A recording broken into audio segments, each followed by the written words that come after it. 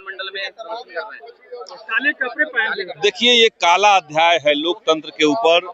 SIR का जो फरमान है, आजाद हिंदुस्तान में ऐसे कभी नहीं हुआ कि जो मतदाता है, जिनका फंडामेंटल राइट है कि आप वोट डाल सकते हैं, आपके पास मकान नहीं है, जमीन नहीं है, कुछ नहीं है, लेकिन बाबा साहब अंबेडकर का दिया हुआ एक अधिकार सब गरीब के पास था, वो है वोट डालने का अधिकार। लेकिन एसआईआर के नाम पर बिहार में जो चल रहा है, वो है लाखों की संख्या में जो गरीब हैं, भूमिहीन हैं, दलित हैं, अल्पसंख्यक हैं और प्रवासी मजदूर हैं।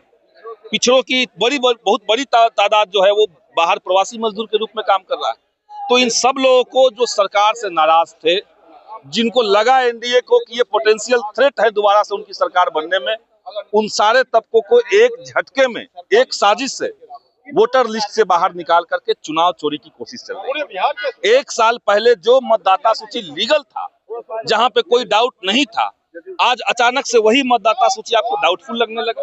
आपने पूरी मतदाता सूची को खत्म कर दिया।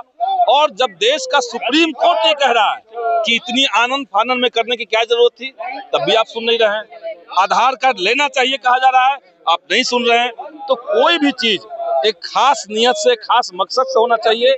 इसमें मकसद जो दिख रहा है सरकार का, वो यही है कि दोबारा से सरकार लाने के लिए चुनाव की चोरी की जाए। सरकार के लोग कह रहे हैं कि घुसपैठिए बिहार में आ गए। तो एक साल पहले घुसपैठिए नहीं थे, एक साल के अंदर घुसपैठिए आ गए। तो आप 20 साल से बिहार में क्या कर रहे थे? कौन सी सरकार आप चला रहे थे? आप यही एक साल पहले तो चुनाव हुआ है। अगर आपको लग रहा है कि घुसपैठियों नहीं वोट करके दोबारा से मोदी जी को चुन दिया, तो आप मोदी जी को इस्तीफा दे देना चाहिए। 27 तारीख को सुप्रीम कोर्ट का जो फैसला आएगा उसको आप लोग निश्चित तौर से। लेकिन कहाँ सरकार मान रही है, कहाँ चुनाव आयोग मान रहा है उसको? चुनाव आयोग को कहा गया कि इतने आनंद फानन में क्यों करवा रहे हैं? जो भी संदेह हम लोग उठा रहे हैं, इसी संदेह को तो सुप्रीम कोर्ट ने भी उठाया था। इस पे कोई जवाब नहीं चुनाव आयोग का। सुप्रीम कोर्ट ने कहा कि जो जनता के पास उपलब्ध दस्तावेज है वो लीजिए। आप आधार कार्ड लीजिए, राशन कार्ड लीजिए, आप उनका वोटर लिस्ट का जो नंबर होता है उसको एपिक नंबर लीजिए।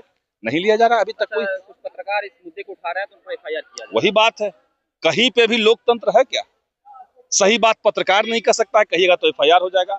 और जो सामने दिखा रहा है, ग्राउंड जीरो पर जाकर के जो रिपोर्टिंग कर रहा है, उस पर एफआईआर कर रहे हैं। और जो मोदी जी का गुणगान झूठ मूठ का करता रहेगा, उसको आप गोदी में बैठा करके रखेंगे।